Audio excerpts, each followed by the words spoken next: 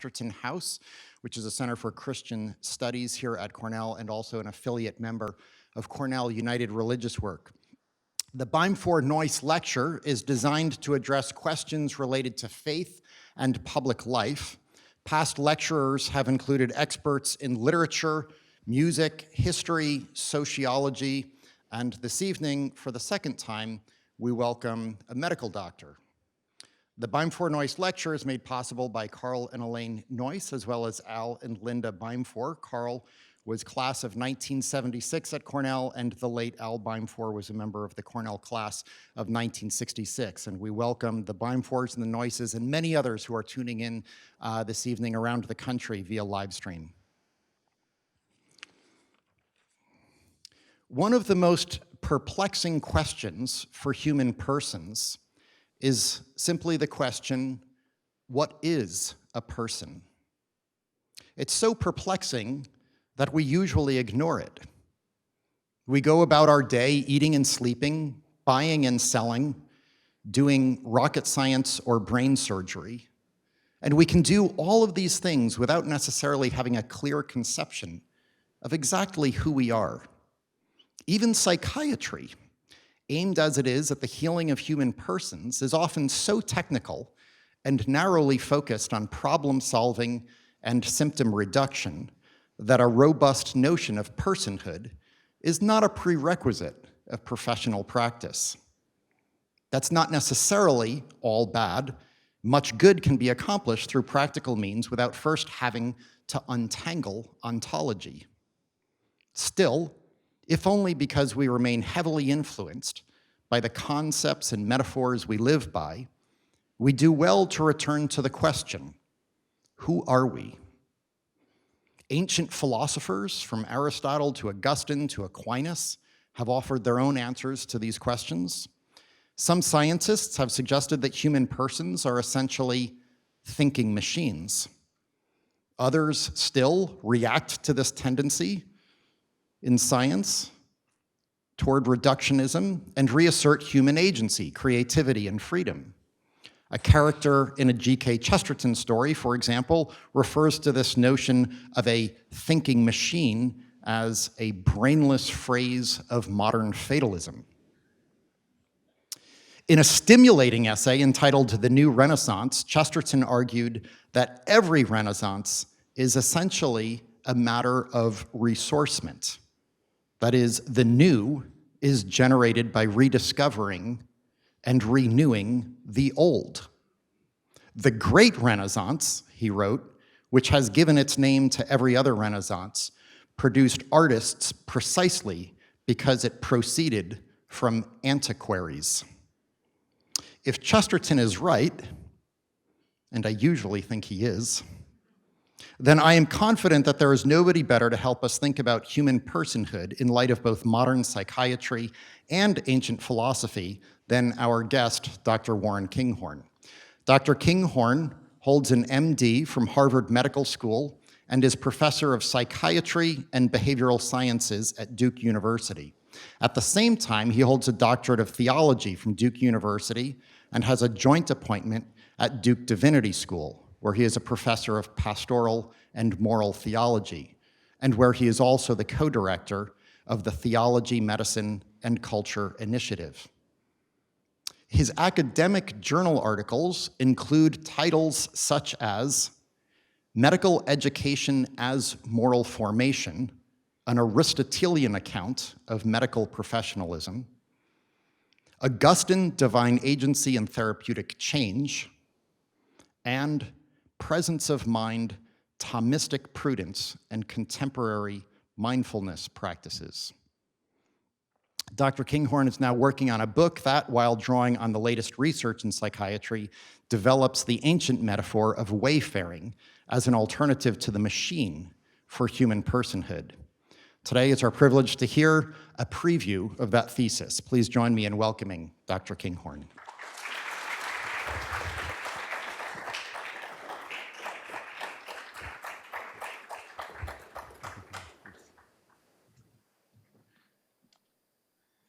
Thank you all for being here tonight. I'm really honored to be here at Cornell. I'm grateful to Carl and for the Chesterton House team for your hospitality. I'm grateful to the Beimfohr-Neuss families for making this possible. And I'm grateful to all of you for being here. I'm aware that it's not only a really busy time of the semester for those of you who are students and faculty, but also that it's a really spectacular day outside right now.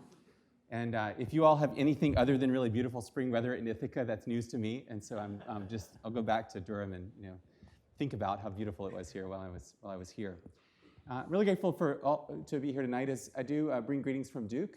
As Carl said, I'm co-director of an organization at Duke Divinity School called the Theology, Medicine, and Culture Initiative. If any of you are headed into healthcare who are students or are planning on careers in healthcare and want to invest a year in thinking about how Christian faith relates to healthcare, we do have a fellowship program through our initiative at Duke that offers scholarships and also community to be able to have conversations about the intersection of Christian faith and healthcare. And I left some flyers down here if anyone's interested and can talk about that later. For the topic tonight, I want to talk about mental health. Mental health, as all of you know, is a pretty active topic right now on college campuses, just as in our broader culture.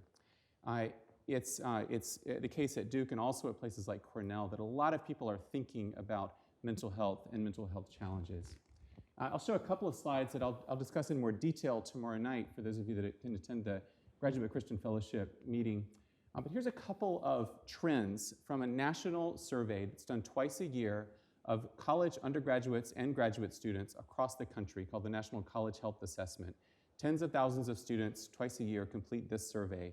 And here you can see the numbers of students that answer yes within the last 12 months to these questions. When people are asked, have you ever felt so depressed that it was difficult to function? 44% of women and 33% of men say yes at some point in the last 12 months. And you can see that trend has actually gone up in the last 6 or 7 years. Another related question, have you ever felt overwhelming anxiety? And here the numbers are even higher. 69% of women and 47% of men answer yes to the question in the last 12 months. These are really high numbers, and I think these numbers are helpful because they name what's present here, what's present at Duke, what's present in every classroom or dorm or lecture hall or dining hall at Cornell and at most other universities. Names what's present in this room. We in this room also live with mental health challenges, and all of us know people who do. So this is something that's gotten a lot of attention recently. Colleges and universities across the country are struggling to keep up with demand for mental health services, and that both is a good thing that people are seeking care, and also it's a challenge sometimes to get help. But Cornell has an active mental health service. I'm not personally connected to it, but because I know universities, I know that they try really hard to meet the needs of students and especially to keep students safe. And I would encourage all of you, those of you who are students and those of you who aren't, if you're here tonight and you're in a position right now where you are feeling so depressed that it's difficult to function, or feeling overwhelming anxiety, or especially you're having any thoughts of suicide, then the answer is to get help. And I'll say that multiple times over the course of this lecture tonight, but to get the help that's needed. And I put this slide up because it has the number you can call here at Cornell. More specifically tonight, though, I want to focus on the question of medication. Medication is not the only mental health intervention. It's often not the first, and it should never be the only, but it's often what people think about first, and so what's sometimes first offered to address mental health challenges. Medication is increasingly prevalent in our culture. About 1 in 6 adults in the United States take some form of medication for a behavioral condition. In a survey called the Medical Expenditure Panel Survey, 16.7% of American adults, including 11.9% of men, 21.2% of women, and 20.8% of respondents who identified as white were taking antidepressants. Those are very high numbers. Here's a slide that shows a different survey with slightly different ways of gathering data that show that the trends have increased from 1999 to 2002 to 2011 to 2014 in terms of percentage of American adolescents and adults taking antidepressants. You can see in this study it's 16.5% of women and 8.6% of men. Again, looking at antidepressants, which are often used for anxiety and other conditions also. There are pretty large gender and also racial ethnic differences in rates of use. Here you can see the green bars are Americans that are identified as non-Hispanic white take antidepressants at much higher rates than those of any other racial or ethnic category in this particular study. And also, women tend to take antidepressants at higher rates than men. It's not the case for all classes of medication. So this is something that is increasingly the case, that a lot of people here at Cornell and really across the country are using medication. So what does it mean to think about that from the perspective of Christian faith, which is one of the things that we'll be talking about tonight, and also just what kinds of questions does the use of medication raise? I put this slide here to remind me to say that I'm going to be saying some things tonight that might seem to be challenging to psychiatry, might even be a little critical of psychiatry. That's actually what I will be doing. But I actually love being a psychiatrist. I love the work that psychiatry can do, and I believe that we do really good and helpful work. And I also prescribe medications every week, and I believe that medications have a really central and essential role. They can be life-sustaining, they can be I hate to say life-saving, but they can be life-preserving in some cases, and they can certainly help people to live more healthy lives in the long run. So I'll be saying some things that are critical, but I want that to be tempered with a real appreciation. This is Pilot Mountain in North Carolina. I work at a VA hospital as a psychiatrist, and a lot of my patients are able to be in places like this because of the treatment that they've invested in over the course of years, including medication treatment. But there are some questions that medication raises. So for example, does mental health medication work only for biological mental illness? Or conversely, when a medication works, does it prove that the mental illness is biological? Another question is, does medication make us something different from ourselves? Or does it make us more fully ourselves? How do we think about this question of authenticity? And then for people who identify with a faith tradition, which I know is not everyone in this room, how does medication affect our relationship with God and God's work in our lives? This is something that a lot of people who identify with religious faith might ask. And this is exemplified in a quote that's published in a book by David Karp, who's a sociologist, called "Is It Me or My Meds? Living with Antidepressants." He did a series of interviews, and one of the people who gave an interview to him, he names Emily. Emily's a 50-year-old woman. She has taken antidepressant medication for a lot of her life. She's actually feels that it's been very helpful and productive for her. She's very at peace with taking medication. But she asks at the end of their interview, and this is Emily's words, part of me thinks that maybe if I was more spiritual, I could deal with this stuff better, and I wouldn't need the drugs. I guess I'd like to hear people who are spiritual say, well, I took the drugs, but now I don't need them anymore because I found more spirituality, and that helped me through it. See, there's this big part of me that thinks it's the medication that's making me feel better.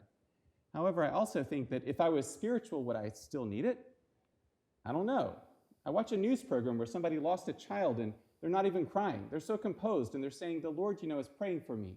They bring up the Lord in their spirituality. And those people are so composed and they're dealing with it. And I go, wow, is that what spirituality does for you? It's better than a drug. If that works for these people, then maybe I should be doing that instead of the drugs, Now,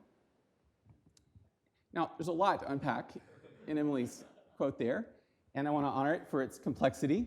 But just to name, these are real questions that we have frequently about ourselves.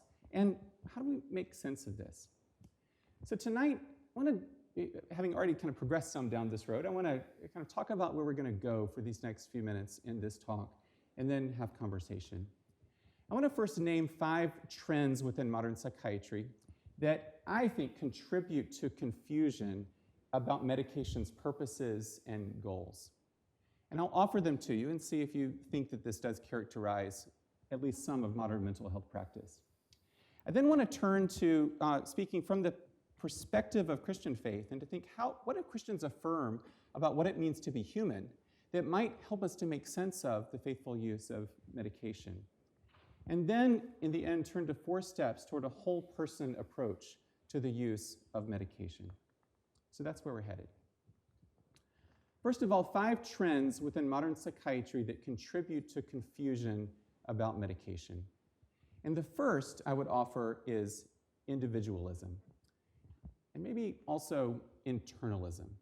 And this would be broadly the idea that mental illness or mental health challenges somehow reside within us, and they reside within us as individuals. Now, I know that most of you cannot see this slide very well, especially the written text, but you can see the picture. And I know there's a lot that are watching online and can't interact with us, but I would just ask you, what do you see in this picture? And I'll repeat the answers for those who are listening elsewhere. Bars, yes, right. Cleaning supplies, and the bars happen to be mops and brooms and sponges, and there's an iron there, and there's a kid's tricycle in the back. The woman is a woman. She's a white woman, and she's imprisoned behind bars, and the bars are mops and brooms and cleaning supplies. This is an actual ad that appeared in a medical journal in 1969 for a medication that's still sometimes used today for anxiety. And I'm going to read you the text here. What you can see is, it says, you can't set her free, but you can help her to feel less anxious. Now, this is written to psychiatrists, almost all of whom would have been men at the time. The small text says this. It says, you know this woman. She's anxious and tense and irritable. She's felt this way for months. Beset by the seemingly insurmountable problems of raising a young family and confined to the home most of the time, her symptoms reflect a sense of inadequacy and isolation. Your reassurance and guidance may have helped some, but not enough. Now, this medication, Ciarex, oxazepam, cannot change her environment, of course, the ad says, but it can help relieve anxiety, tension, agitation, and irritability, thus strengthening her ability to cope with day-to-day problems. Now, this is quite a dated ad, but what's wrong with this picture? Like, what's happening in this relationship? The psychiatrist is trying to offer comfort and support. The woman here is feeling very anxious, and this was a very common phenomenon in the 1960s and 70s for which women, and 50s for which women were offered tranquilizers to kind of cope with the anxiety of life. What's wrong with this situation? That there's this assumption that you cannot change your environment, of course, and so therefore the medication is there to help relieve the anxiety that comes from that unchangeable environment. But where are all the questions about the environment? What's going on in her relationship with her community? Does she have friends? What's going on in her relationship with her husband, if in this case, presumably she's married? What's happening with her kids? What's happening with her church? What's happening in the broader context of her life that might be giving rise to her anxiety? Maybe that needs to be the focus of treatment, not assuming that nothing can be changed and then thinking about medication as a way to alter the experience of feeling trapped. This is an extreme example, but this is an example of if we expect that all mental illness resides in the individual, or maybe especially in the brain of the individual, that might be a very productive way of thinking. But if the challenges are a response to things in the environment, then we might be looking in the wrong place. We might never get there, and medications might never be the answer. The second phenomenon I'd call self-body dualism. For any of you who studied philosophy, this is a familiar figure to you. This is René Descartes. He lived from 1596 to 1650. He's known as the father of modern philosophy. He was also kind of really a very interested in the rise of early modern science. Actually, he would go and pick up animal carcasses and dissect them, and he was very interested in observation of the natural world. Descartes, which I won't go into in much detail, but he's known for what's become known in philosophical circles as substance dualism, the idea that the soul or the mind, the thinking, myself as a thinking being, which includes the mental, spiritual, cognitive aspects of who I am, is actually a separate substance from body, which Descartes understood as space and extension. And he actually included a lot of the emotions in this body that impinges somehow on the soul. This is where we get the idea of Cartesian dualism, the idea that the mind is somehow a separate substance from the body that's somehow related to it. Now, this presents a challenge when we think about mental health challenges, because where in this dualistic split do mental health challenges fit? Do they fit in the mind, or do they fit in the body? Now, one way to solve this is to say, if you are a Cartesian, is to say they fit in the mind. And you get ways of thinking that, well, mental illness is just a matter of thinking certain ways, maybe of praying certain ways. That's in part displayed by this kind of result. And this doesn't have to be results of Cartesian thinking, but I think it probably is in large part. Here's a telephone survey that was done of 1,001 Americans in 2013 by Lifeway Research that asked a number of items. And this was one item that they asked. With Bible study and prayer alone, people with serious mental illness like depression, bipolar disorder, and schizophrenia can overcome mental illness. Do you agree or disagree? And among people who identified as born-again evangelical or fundamentalist Christians, 48% agreed with that statement and 47% disagreed. Among the entire sample, which included those folks but also everyone else, 35% agreed with that statement and 59% disagreed, and the rest said that they weren't sure. Now, so as someone who is a practicing Christian, I think that prayer, Bible study can be very helpful. I think that they're very good practices, but as a psychiatrist who's also a Christian, I would never want to say that Bible study and prayer alone can overcome bipolar disorder, schizophrenia, and very severe parts of depression. Other things are needed. And yet, if mental illness is only in the mind or in the soul, then it gives rise to that kind of response. But there's a flip side to thinking as a Cartesian as well. And if you ask most psychiatrists if they're Cartesians, they say, oh, no, absolutely not, because we believe that the mind and body are one, and mental illnesses are brain illnesses. But actually, that actually fits Cartesian thinking quite well. It just means that instead of putting mental illness in the realm of the mind, you put it in the realm of the body. You think that, well, mental illnesses are brain illnesses. This is really a central saying of some advocacy organizations like NAMI. And you get this kind of drawing, which some of you recognize, that broadly shows kind of the monoamine system. And you get statements like, this just is depression. Certain kinds of lack of reuptake or lack of the presence of certain monoamine neurotransmitters at the postsynaptic cleft, and that just is depression. And in fact, that's not true, because depression is an experience. It's not only a set of receptors that can be drawn in a schematic way like this. But if you think that mental illness just is in the body like this, then the natural response would be to a biological intervention, like a medication, that would help to restore the balances that are somehow out of balance. But that is itself a Cartesian dualistic way of thinking. The third thing that I think might be unhelpful in thinking about medication is what I would call not self-body dualism, but self-symptom dualism. I'm grateful to a writer named Catherine Sharp for highlighting some of these medication ads. Here's another actual ad that showed up in a medical journal. Like the other one that I showed, this one tells a story. It's a kind of triptych for those of you who know religious art. You're supposed to read it from left to right. So here's the story that this one tells. In the left-hand panel, we see a woman. She happens to be a white woman. This is not a mistake that antidepressants are targeted and marketed at white women. And the woman is kind of looking askew. The photo is a little bit off-center, but we see a green frame, and in that frame we see depression. And under that, the text under the green frame that you may not be able to see says, "My sadness just won't go away.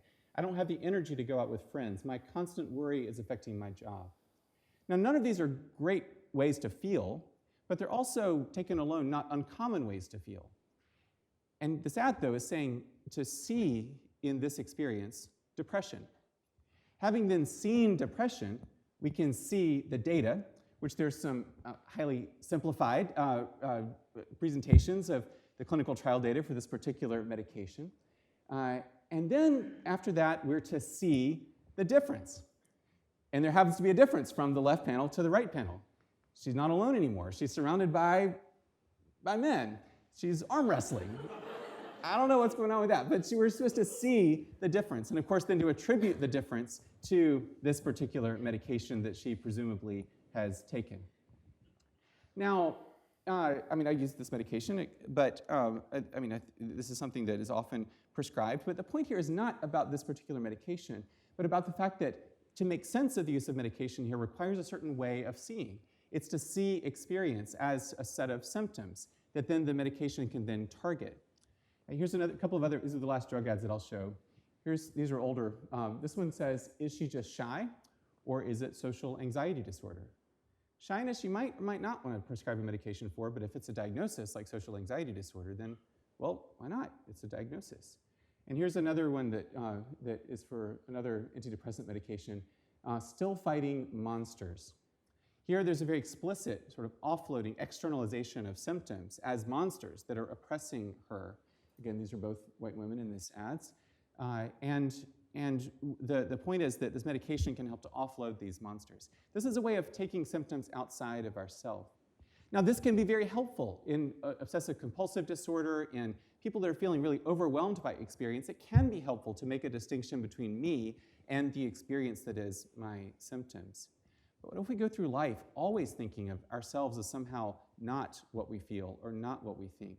That can actually interfere with thinking of ourselves as holistic, integrated human beings. The fourth phenomenon I would call technicism. Don't worry about reading this chart. You're not really supposed to read it in too much detail. This is from one of the largest antidepressant studies that's done called the STAR-D trial that was published in 2006. Technicism, though, is the phenomenon that really arises from these other three: individualism, self-body dualism, and self-symptom dualism. And this is the idea that mental health interventions are instruments or tools that can be wielded to achieve pre-specified ends. And progress in mental health care is associated with the development of more precise and sophisticated tools. So mental health care, in this sense, can become a form of technology that's applied to and used by individuals by targeting specific changes in the body, that's where the self-body dualism, in order to reduce symptoms and signs. So the first three give rise to this idea that mental health is a kind of technology. And in this particular study, you see this is the algorithm that was followed. And in this study, by the way, about a third of over 3,000 patients responded to the first antidepressant treatment. About a third responded to subsequent treatments, and about a third never responded at all. And there is a place for technical thinking within medicine. I mean, I'm grateful for ways of thinking about different medical technologies and techniques that might help preserve health. But there's problems with that as well. First of all, when we take up with technology, we don't simply use technology. We change in the process. We begin to interpret the world through the capabilities and limitations of the technology that we use. We become different in and through the way that we engage technology. And so just for a person with a hammer, everything looks like a nail. For a psychiatrist with a prescription pad who is working in a setting where you can't do much other than prescribe medication, all unwanted experience becomes a clinical set of experiences for which medication is warranted. This is what technical thinking leads us into. And it also leads us to focus more and more on the development of new and better technologies. So for example, if someone's depression doesn't respond to antidepressant treatments, then that gets labeled treatment-resistant depression, for which then more trials are done for other medications and other technologies to treat treatment-resistant depression. What's not done necessarily is stepping back and saying, are we actually dealing with a technological problem to begin with? What if this person's depression may actually not be a technological challenge, but a broader human challenge that we'll talk about later? And the fifth thing that gets in the way of clear thinking about medication is what I call commodification. This is a pretty good deal. If anybody sees this actually being offered, I would probably take it. I charge more than this generally for my practice. But commodification is not necessarily a bad thing, but it's the understanding that mental health care is a kind of market good, a consumer service or a consumer good that can be sort of bought and sold in a market economy. And it can be helpful in some ways, but it has problems as well. If mental health care is a consumer good, then that means that it's only available to those who can pay for it or who can convince someone else to pay for it. And it becomes treated just as an economic good to be exchanged. Second, though, framing healthcare as a commodity shapes our imagination for what counts as mental health care. So when care becomes a unit of trade and fixed with a price, it's only natural for systems to focus on providing whatever care is most efficient and cheapest and most easily delivered, which will very often be medication. So if I'm in a clinical setting and I'm thinking about what can be done in this situation, if I can prescribe a medication, at least I've done something, I've delivered something. And that alleviates my own feel as a psychiatrist that I need to just do something, even if it's not necessarily the thing that most needs to happen in a particular clinical setting. And third and finally, the commodification of mental health care evades the question of what mental health care is for, which raises the question of what's human life for? What kind of goals and purposes are we living? Of course, there is an answer to this. If mental health care is just a consumer good, then it's for whatever the market says that it's for, which might be for human flourishing, but it also might be to sell medication, or it might be to keep mental health clinicians like me in business.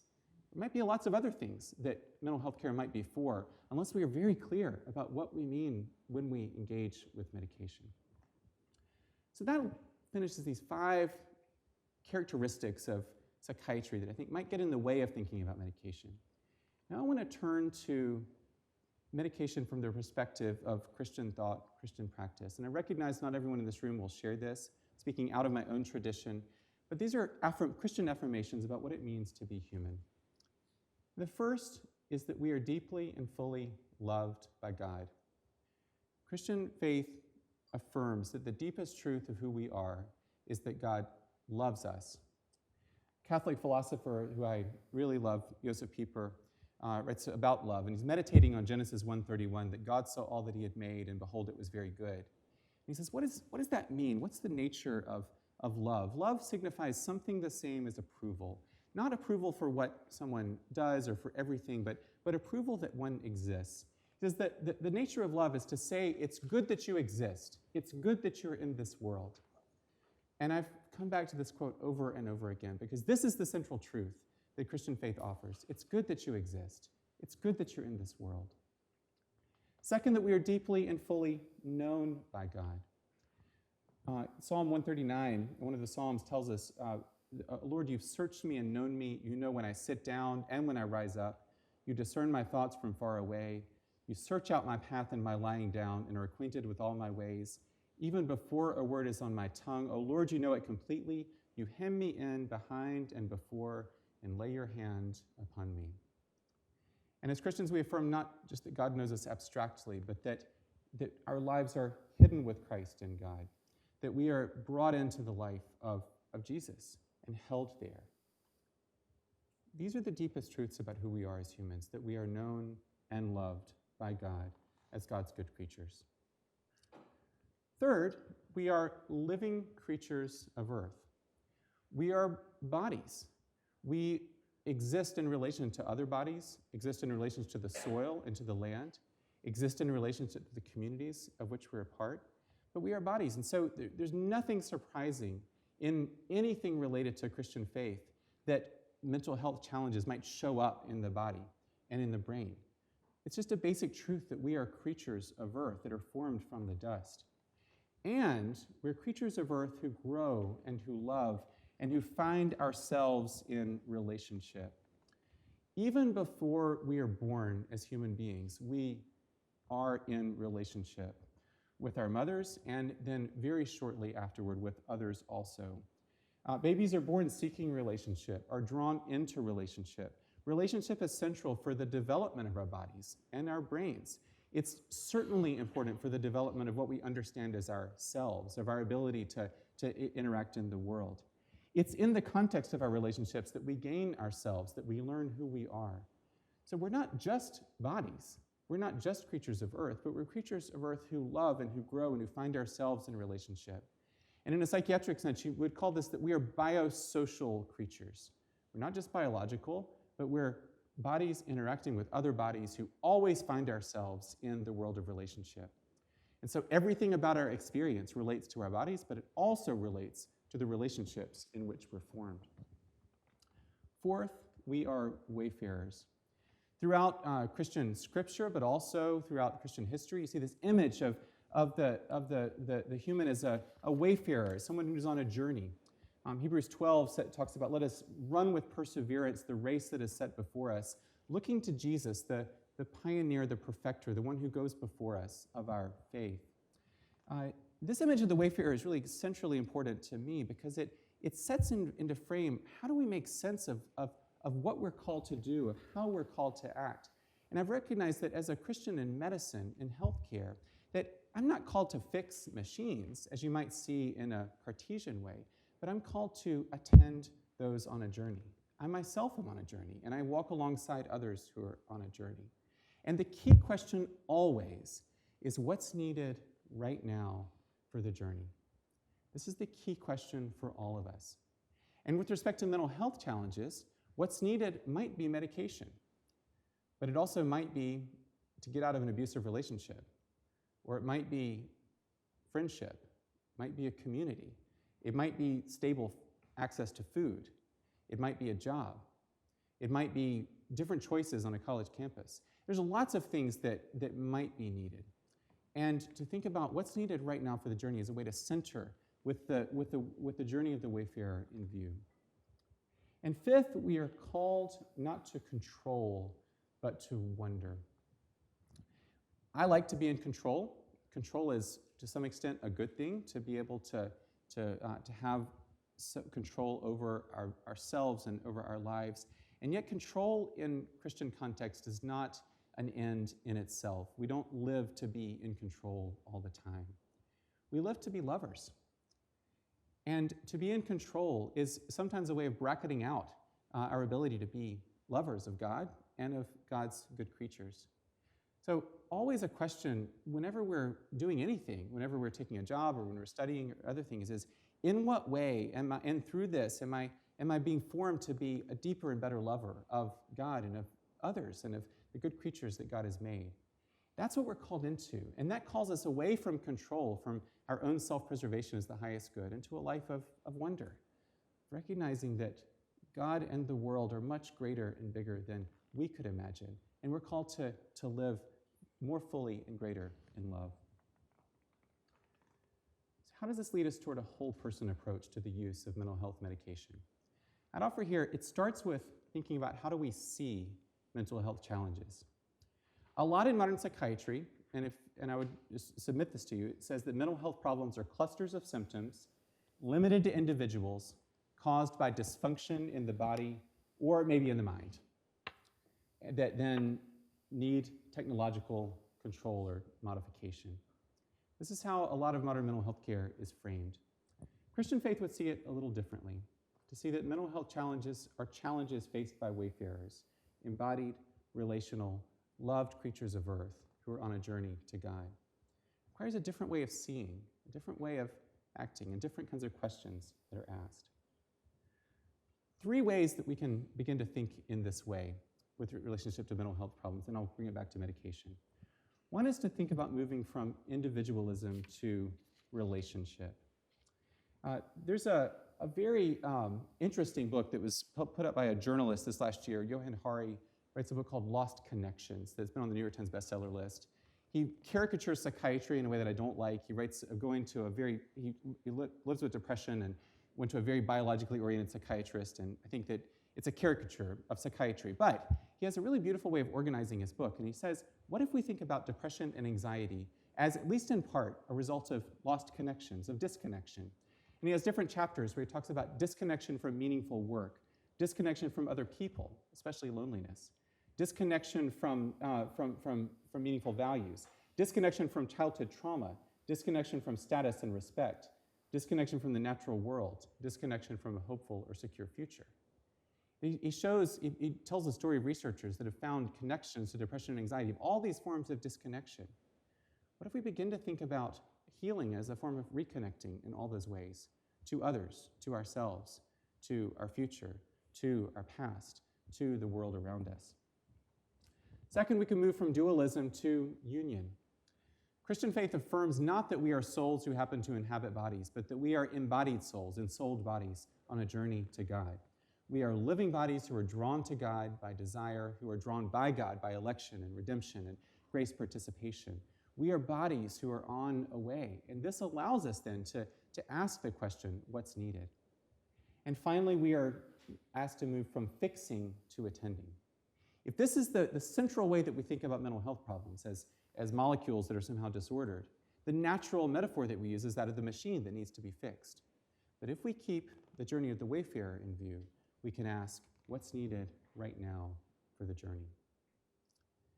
want to leave with just a few things, speaking specifically to the students, but to all of you who have connections to students and to all of us in the room who live as human beings. 4 things to do if you're struggling. And I say this with the awareness that there are people in this room tonight who are. I want to just name that. The first thing is to remember that you are loved and known. As a Christian, I would affirm that you are loved and known by God, and that's the deepest truth of who you are. And I'm pretty sure that you're also loved and known by others also. And to remember that, that's a place to start, even if it doesn't feel like that's the case. Second, and just as important, seek counsel and get help. I'm not here in this community, so I don't know all of the resources that are available to you, but I would encourage you, if you're in a place where you're wondering if seeking help would be appropriate, you're thinking, I'm not sure, maybe I should talk to somebody or maybe not, the answer is yes, you should. And the question is just then who?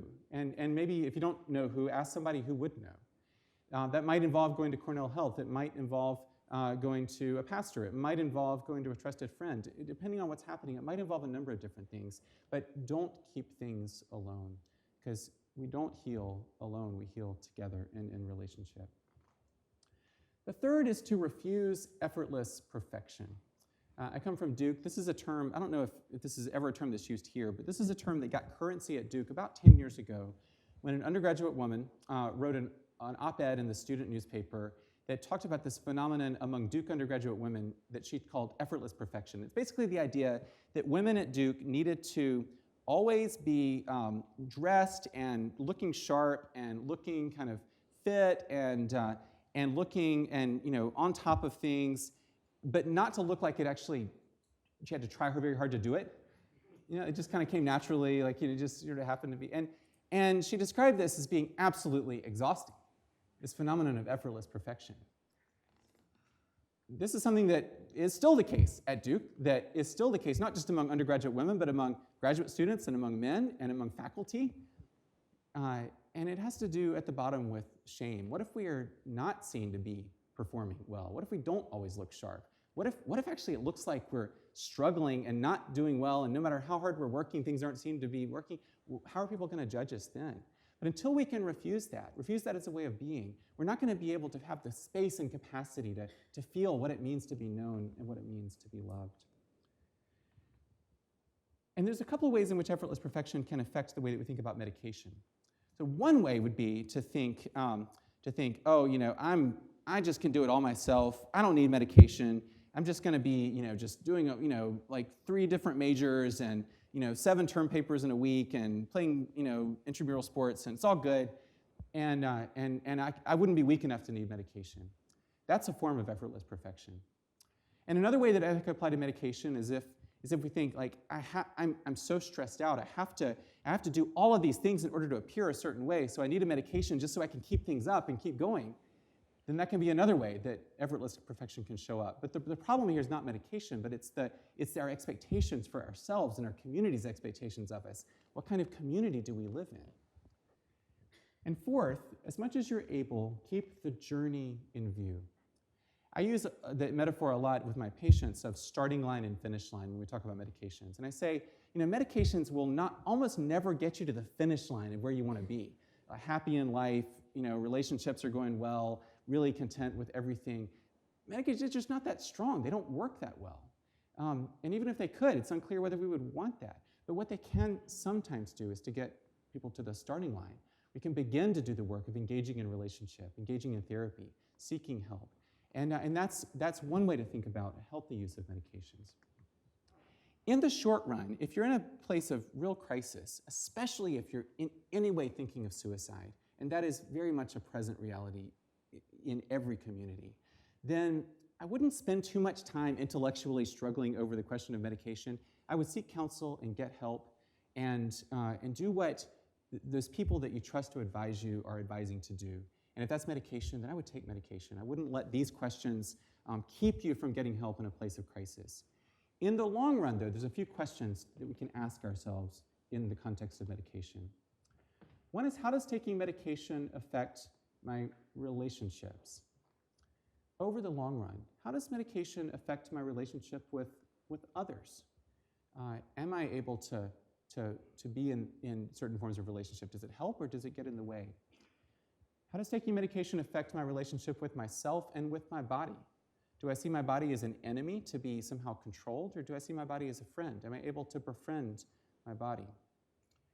And to what extent does medication affect my relationship with God, or with my feeling, my sense of the ability to relate to God, and the ability to do things like prayer that are related to that relationship?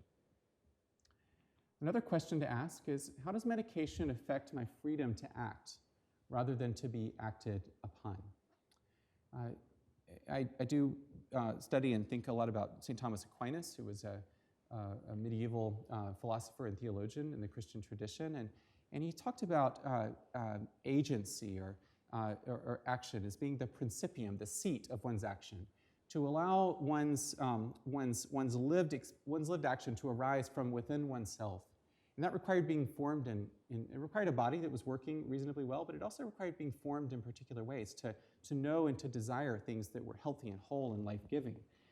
And medication can sometimes give us the capacity to begin to develop those habits and capacities to be able to act as the seat of ourselves, as our actions. Or medications can sometimes get in the way. If we think of medications as controlling us somehow, or as things that sort of take us away from the ability to feel like we are acting as whole persons. And certainly, we've been talking today about prescription medications, but medications that are used in an addictive way or an abusive way do tend to take us away from the ability to act as whole persons. So questions would be, am I cultivating wisdom? Am I becoming a person who's capable of responding to the world around me in a way that's consistent with wisdom? Am I pursuing justice? And that requires the virtues of courage and of self-control. But to what extent does medication affect our ability to recognize injustice and to seek justice in ways that are whole and life-giving? And to what extent am I someone who's constantly growing in love? How does medication affect my formation in that way? And then last, we can ask, what part does medication play in the story of my life?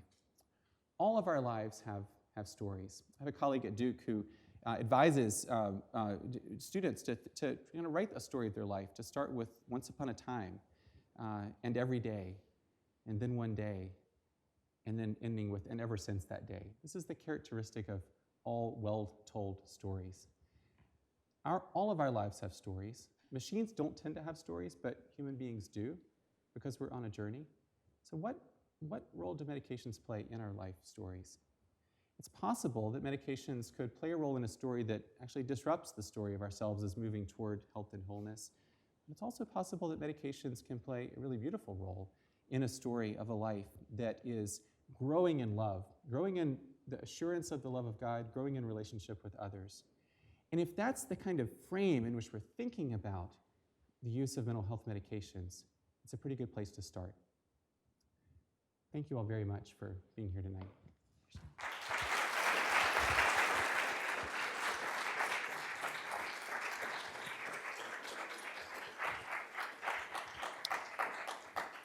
Thank you very much. And as we transition to a time for Q&A, I'm going to talk for just a minute. So if you want to take a drink of water, you've got a little bit of a break here for a second. A reminder that Dr. Kinghorn will speak again tomorrow evening at 7 p.m. in Upson Lounge. Just in case it's not obvious, that's Upson Lounge in Upson Hall. We discovered this week there's actually another sort of rogue, unofficial Upson Lounge in another building that's causing us some confusion. So Upson Lounge, Upson Hall, tomorrow evening, 7 p.m., and the topic is shame.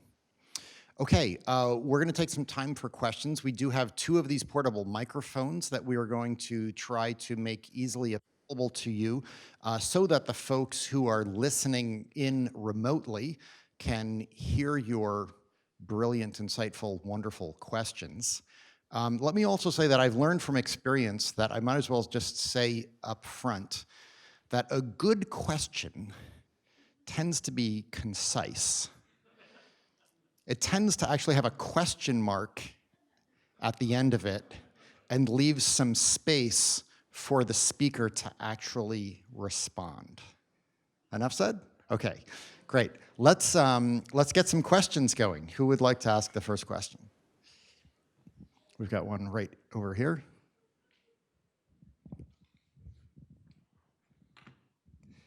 Dr. Kinghorn, thanks for being here this evening. It seems that sometimes people's reactions might be a perfectly healthy response to a very unhealthy or unwholesome set of circumstances.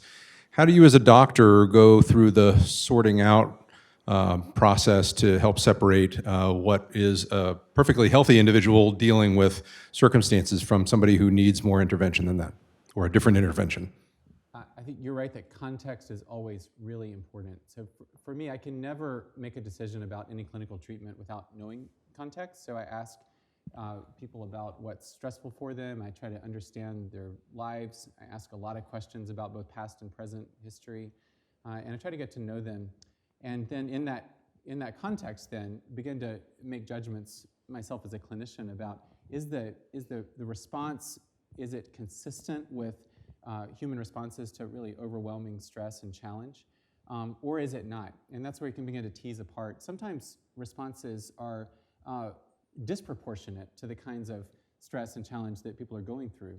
And there are, I didn't talk much, I talked mostly about depression and anxiety tonight, but there are certainly people with bipolar 1 disorder who go into really serious forms of depression that then might be countered by periods of mania. That would be an example of often a response to things in relationships and environment, but a disproportionate response. It really doesn't make sense as a human response alone. So that makes me think as a psychiatrist, maybe there's something going on here, like the pattern of bipolar disorder or the pattern of schizophrenia that might be, for which medication might be a first-line intervention. In most cases that I see, and I work with a veteran population who live with a lot of different stressors of different sorts, ranging from combat memories and trauma to unemployment to homelessness to substance use and so on. I'm always wanting to start with the question of what does it mean to live in your context? And what does it mean to respond well? And what does it mean to seek to change the context, or at least to seek to respond and adapt to the context in whatever way, at least names that that's really the problem, is these larger things that are happening around you, and maybe also the ways that those responses are happening.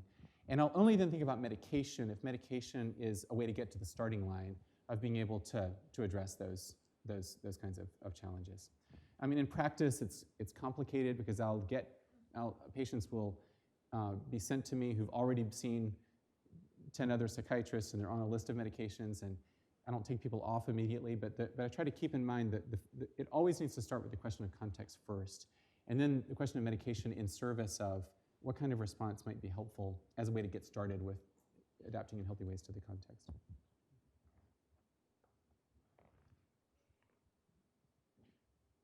Thank you, Dr. Kinghorn, for coming. Quick question with regards to being at Duke. Obviously, with the medical center there, you have a plethora of interdisciplinary clinicians that you can work with. How often, when you're looking at mental health issues, can you link with the biopsychosocial component, with the biology side, as you talked about with the neurotransmitters and all that stuff going on?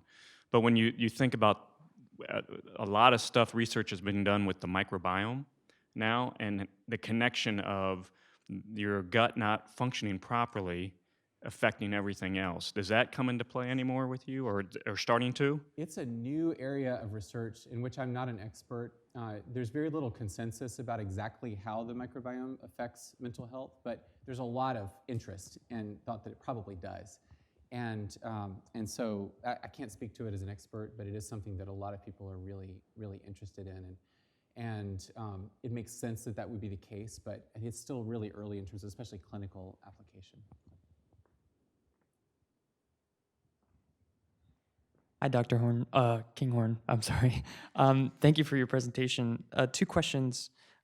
First question is, are there any secular academics that hold your same viewpoint as seeing everything in terms of Wayfarers? And a second question would be, what would be the Christian view of seeing people that have a genetic disposition to a certain mental health issue? Yeah, good. The question about people who share the particular image of Wayfarers, there could be. I don't know. I've never found anybody who uses that particular image, and certainly it's an image that I draw from Christian tradition. But I don't think it has to be applied in an exclusively theological context. So I work in a government healthcare system and see lots of patients that where we don't talk about theology or about faith, and I'm trying to be careful about the use of power, and I try not to take advantage of my role as a psychiatrist to push things on people. So I'm not out to push my religious commitments on anybody, but I do think about this question of where's this person going, and what does it mean to think about them as a wayfarer and myself as one who comes alongside them, and that can work in lots of different contexts, including very secular forms of healthcare. I would say there are a lot of really excellent secular mental health clinicians, and so you don't have to, I think, embrace religious faith to be a really powerfully helpful clinician to people that are suffering. And I think in practice, even if they don't use the model, there's a lot of clinician colleagues at Duke and elsewhere that do, I think, have a very broad conception of thinking about the whole person in their community's context. And so I think that does happen. It's not universal, though. There are plenty of psychiatrists and also primary care physicians and others that for lots of different reasons think about mental illness as primarily a technical problem that needs technical solution. Your second question about, remind me, you mentioned, remember the second part of your question? Sure. Oh, about genetics, yes. Yeah. So absolutely, that's part of the fact that we're creatures of Earth. So we all have genetic dispositions to a lot of different things. So, I have a genetic disposition to be taller than most other people, and that happened to me, as I was growing, and our genes affect us in lots of different ways, including giving us variable susceptibility to different mental health challenges. I don't want to overstate that because although if you do genome-wide assessment studies, you can see that usually somewhere less than 50%, somewhere 20 to 40% range of variance of having different mental illness has to do with heritability. But we don't know exactly how that happens in almost any case. So it's very rare that we can link a particular gene to a particular mental health condition. And it's probably because there's a lot of different factors that are at stake that even people doing this work don't have clear answers for. But as a Christian, I would say that absolutely, it is just true that if you have a first-degree sibling with schizophrenia, you're more likely to develop schizophrenia, though it's a risk. It's not an absolute guarantee by any means. If you have a parent with depression or anxiety, you're more likely to develop depression and anxiety.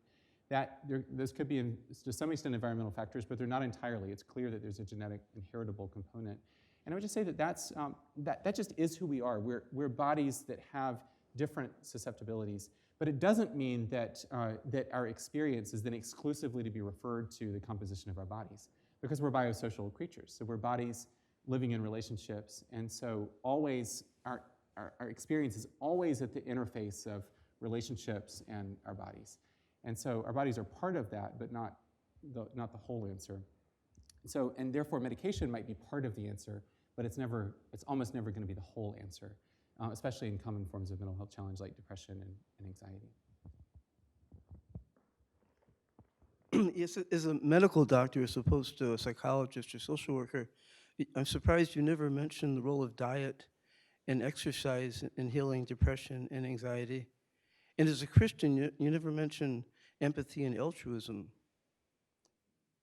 Yeah, that's good. And that would apply to people with diabetes or high blood pressure too. We're a country of medication. Yeah.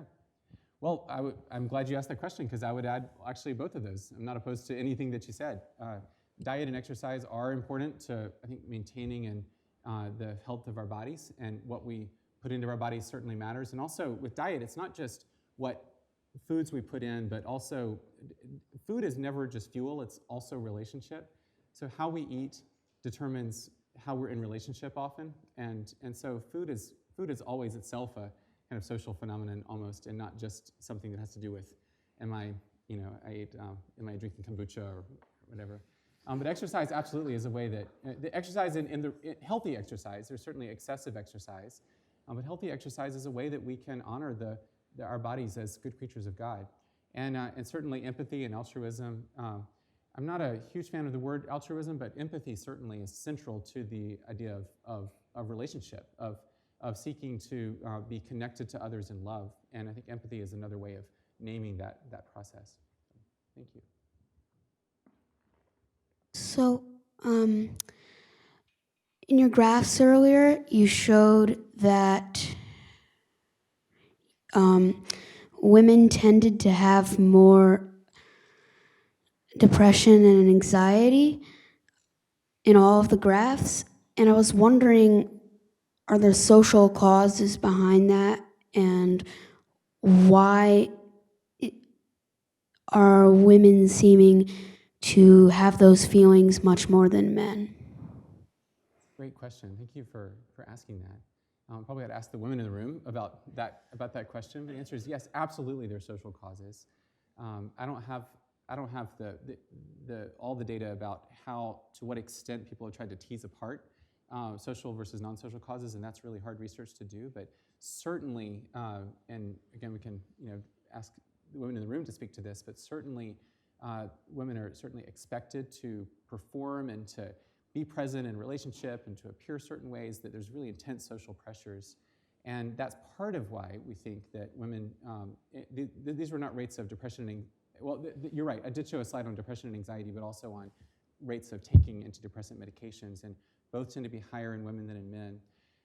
So it's partly social pressures on women, but it's also the fact that it may be that there's men who are really suffering, but not taking medication, who maybe ought to consider taking medication, but are not doing so because to take medication might be seen as weak, or might be seen as somehow not fitting a kind of social expectation of what it means to be a man.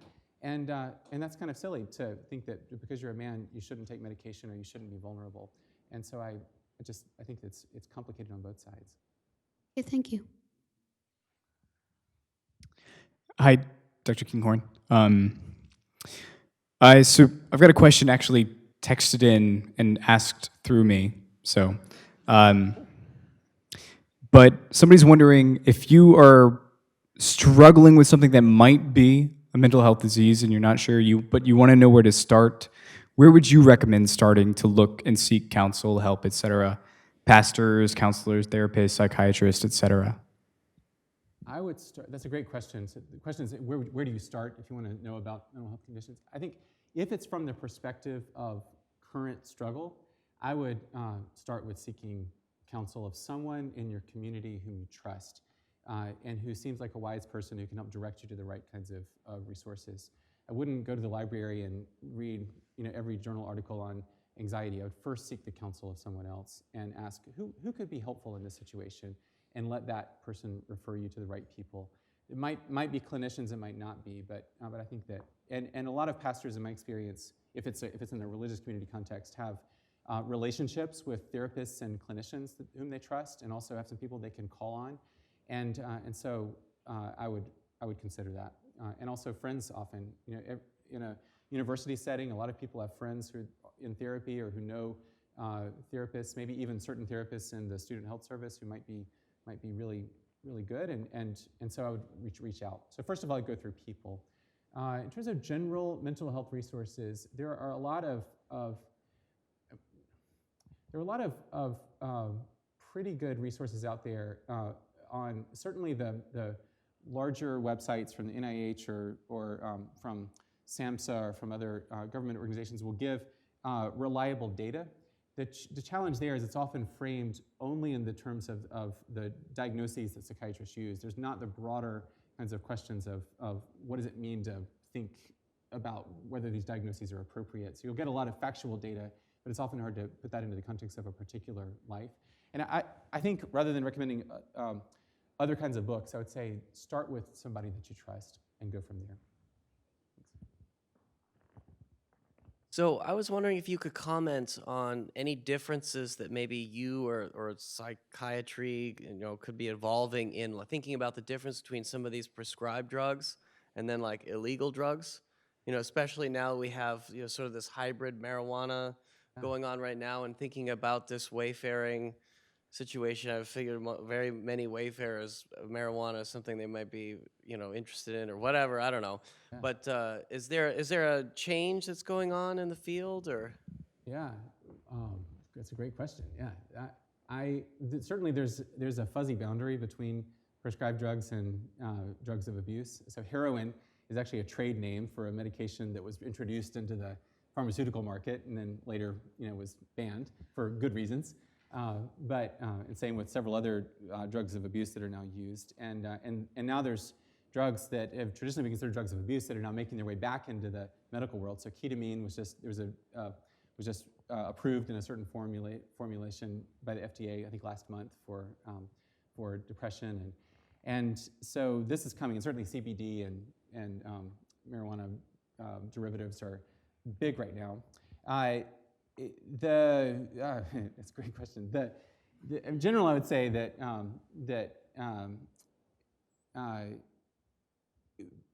drugs that are used in the context of drugs of abuse overwhelmingly tend to be used in ways that are seeking to care for the body, but in ways that really are not helpful. So heroin, for example, will take people who are really suffering and relieve that suffering for a few minutes.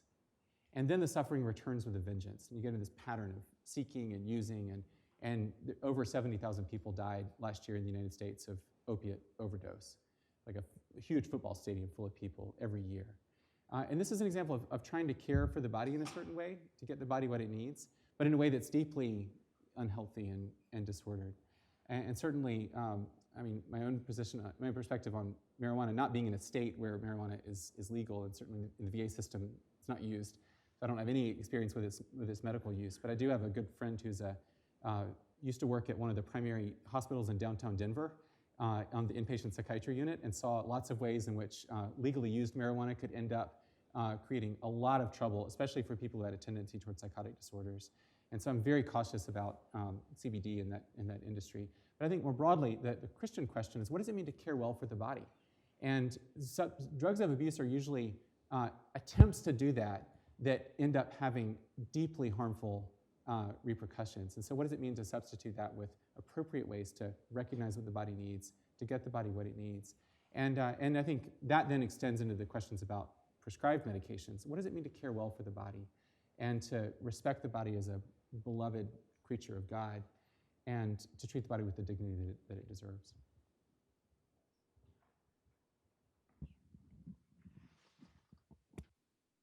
Hello. So my question is in regards to the self-symptom dualism thing, which I tend to prefer because I like to separate myself from my problems, which are so complex. I don't really like to think about them, so I can sort of look for, because any suffering that we go through is somehow bringing us to God, right? And so I fear in letting go of this dualism thing that I'll pay so much attention to my anxieties and my fears and things like that I'll stop fixing my eyes on Jesus. But it's to the point where I just stop communicating my issues because I don't even know them anymore. And so how do you sort of let go of that dualism and actually be yes, I am a body as well as a soul and a spirit, without going to this sphere of my life is my problems and I am how I feel. How do you avoid that? But still, yeah. A great question, thank you. As I said, but I think I really appreciate your question, because self-symptom dualism can be helpful for a time and in certain ways. So to take it out of a kind of a student context, but I work at a VA hospital. When veterans come to me in the emergency department where I work, and this was more often the case 10 or so years ago than it is now, but people would come often and would say, let's say a Vietnam veteran would come and present and would say, I don't know what's going on. My wife tells me that she's going to leave me if I don't get help, but I don't know. I'm just jumpy. I can't be around people. I can't go out in public. I've been sleeping 4 hours a night for the last 35 years. But I just assumed that, it was just me. to be able to say to that person, have you ever heard of something called post-traumatic stress disorder? And this is what people who live with PTSD often experience. And I'll name a few characteristic experiences. And to see people all of a sudden feel like, wow, like I'm not alone, I'm known. And to be able to say, I now have a language that I can then inhabit called PTSD, that I can then recognize that it's not just that I'm a failure in relationships and in jobs, but that actually, that I'm like, there's a way to name what's happening and a way to go forward. Now I can connect to other people and I can connect to treatment and I can recognize that this happens to others and it's not just me.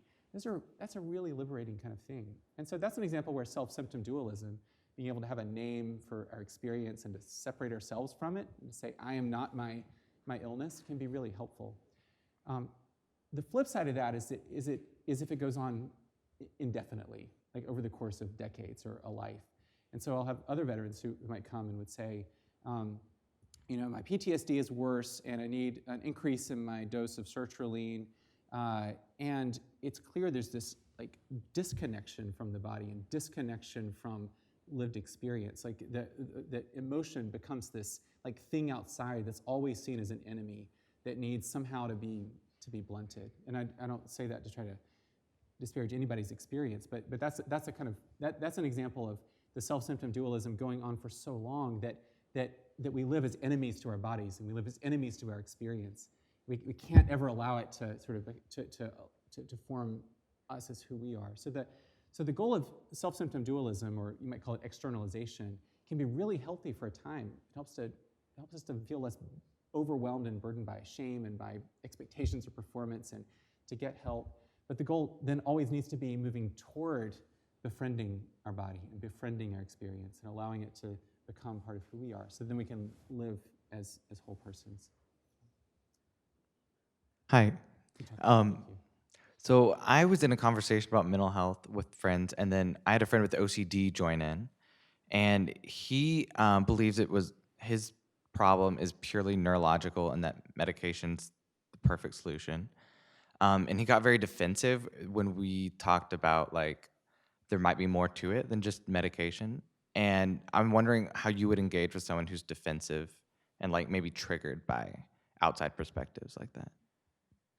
Yeah, well, first of all, I would honor the way in which that's a threat. And I certainly don't know your friend and can't speak to his experience, and so don't want to speak as if I did. You're asking a broader question of what happens when people want to hold very tightly to the idea that mental illness is a biological condition. My experience is that that's usually for fear that, usually that's then using the description of mental illness as a bodily or biological condition as a way to offload stigma and shame. So it's a way to say, the problem's not me, it's the body, and therefore it doesn't really affect who I am as a person. And if somebody's and I'm not saying that is your friend's experience, but that's sometimes what can happen. And I would honor, first of all, that shame is I'll talk about this tomorrow night, shame is a very common just factor of human life, and we all want to avoid shame, and it's natural that we would, and it's natural that we might turn to biology as a way of saying this is not me, it's my body, or it's my brain, it's my neurons. Even OCD there's clear evidence that OCD has clear biological components. It can respond to medication as well as to therapy, but even OCD is a biosocial phenomenon. It's affected by our bodies. We might be predisposed to OCD, but it's also affected by things in our lives, in our relationships. It can be triggered, it can be better or worse. It can respond to certain forms of therapy, especially exposure therapy. So even OCD is a biosocial condition, but if somebody's really wanting to cling to the fact that this is just biology, then I would step back from that and honor that and think, what is it about this person's experience and maybe their own experience of being shamed for their experience that leads somebody to want to do that, and then to approach that person with gentleness. I wouldn't try to break it down as much as I would just want to continue to think about how do we love each other in a way that shows that we love each other no matter what, as a way to overcome shame. Hello. So my question's about, so more people today are more stressed, anxious, and depressed than ever before. But part of me doesn't really want to believe that because we're more prosperous than ever before, and it seems somewhat of a privileged situation to even recognize and classify. So is it that we're more anxious than people in the past, or is it just, yeah, it's part of the culture? Yeah, that's a great question. Yeah, I think we are more. Well, we as a culture are more anxious, and I just saw a recent headline. I don't have the data to show, but that Americans actually live with higher levels of stress than citizens of almost any other developed country. And some of the ideas in this study where they had to do with uncertainty about employment and healthcare and social inequality and whatever. But it is true that living with privilege and living in a place of prosperity absolutely can be connected to high rates of depression and anxiety and disconnection. And so one of the tragic things about, say, suicide on college campuses is people can be surrounded. I mean, Duke is an incredibly privileged site, and buildings are beautiful, and there's all sorts of beautiful amenities. And from what I've seen of Cornell, it's the same way. And yet there's people here on this campus right now that are so anxious and depressed that they're contemplating suicide. And that's an incredible tragedy. And I think that the answer is that we're not whole in relationship to the amount of things that we have access to, or even to the beauty of the environment that we're in, but we're whole in the context of how well are we connected to others, to our own sense of being called into something greater than ourselves, to purpose, to relationship, to knowing and understanding how our past experiences continue to affect us. The more we can build those kinds of connections, which I see as part of being connected to God, not certainly all of it, but that's part of the kind of connections that we're being drawn into, then those are going to be correlated generally with lower levels of, and I'm not giving any kind of easy cookie cutter pattern, but the more kinds of connections we have in that way, the less we're likely to as a whole, to feel depressed, for example. And it has to do with those kinds of connections. Although in any individual case, people can have all of those and still be depressed. So I don't want to make it simple.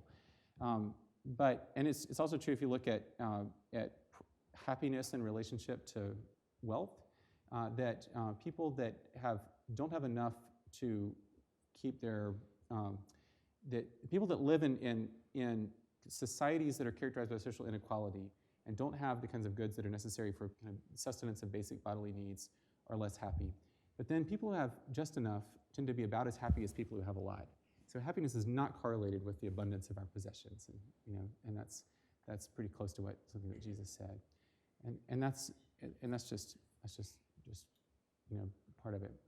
And I think in a place like Cornell or like Duke, where so many people seem to be successful, then those of us who aren't always sure that we fit in, or aren't always sure that we belong, or aren't always sure that we should be here, can really struggle in that context.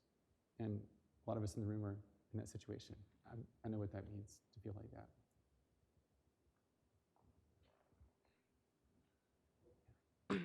Hello. So I had a question about depression a bit.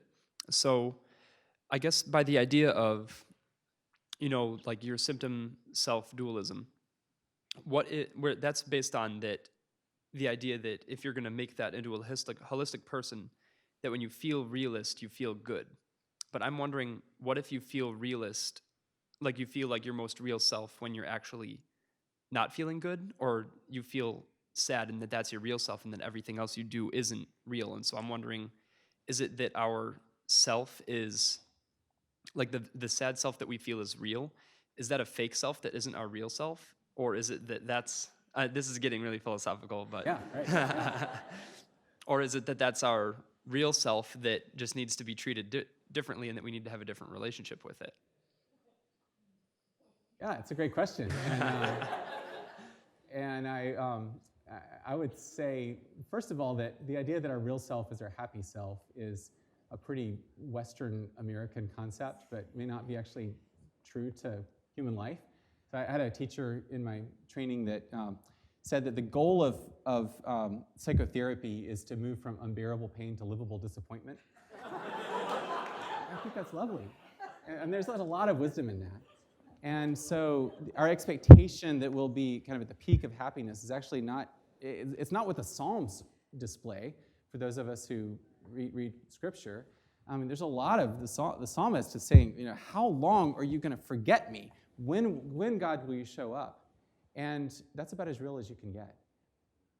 So our expectation that our real self is our happy self is itself a Western American consumer-driven fiction that we need to let go of and get rid of. At the same time, though, I think that question of how do we recognize the real self when it shows up has to be something that is submitted to our growth in community. That we find out who we are insofar as we are drawn into community with others. We're drawn toward common purposes with others. We're allowed to grieve and lament with others. We share each other's burdens, bear each other's pains. And it's in those kinds of relationships that we discover who we're called to be and therefore who we truly are. It's not an individual project to find ourselves. It's a project that we engage in together. Thank you. We'll take one final question here and then we'll wrap up. Sure. I guess this question is a bit related to one that was asked before, but you had these charts in which rates of depression were increasing, antidepressants were increasing. And you started out your critique of psychiatry as pointing out that maybe we're looking at individuals as opposed to systems or environments. Has there been study of what, environmentally speaking, could be causing these increases? Good question. Well, the two different time frames in those graphs that I showed, the antidepressant data is in part related to the release of new antidepressant drugs. They're just more commonly prescribed from the late 90s to the late 90s was the early years of medications like Prozac, and now we have a bunch of others. So that's part of what's going on with antidepressant use. With respect to the data on college campuses, I mean, that's something that you all could speak to as well as I could, but there's a lot of concern about this, and it's among adolescents and young adults, the rates of depression and anxiety and had actually been decreasing gradually for the last 15 or 20 years until about 2011, 2012, and then they began to peak to start to uptick. And there's been a continuous increase since then among both middle school, high school age children, adolescents, and also among college students. And people have thought about, well, that has to be something that's happening socially. There's no reason to think that human genes have changed, in that short period of time, like what's happening in our culture. So certainly things like, and this is where there's lots of debate in the literature. So there's a lot of things going on right now in our culture that can contribute to anxiety and depression. And there's a lot of and we could go down the list. So the Me Too movement, Black Lives Matter, that have called a lot of attention to conditions of inequality. Certainly our political life together is pretty messed up right now in terms of our national politics. All that's happened, but actually none of that was at least coming to the surface in 2011, 2012. What did happen then was you began to see kind of universal adoption of social media and smartphone use. So there's some researchers that are thinking that social media actually might play a large part in people's comparisons. That is something that I'm kind of agnostic about. Like, I think social media can be, in some ways, a way that people connect with each other, but there's a lot of ways in which social media can heighten people's sense of not quite being enough, and that can be associated with lots of things that are associated with struggle and challenge. I know there are probably some more questions out there. I should mention that Dr. Kinghorn has another commitment this evening, and so while there was enough time for you to come forward for an autograph, perhaps, not a lot of time to talk. So I just thought I should mention that before I whisk him away. And in conclusion, my thanks once again to the Beimfohr-Neuss families for making this evening possible. My thanks to each and every one of you who are here this evening, for forsaking the comfort and convenience of watching the live stream. Nothing against the rest of you who are watching remotely. And finally, please join me once again in thanking Dr. King. Thank you all.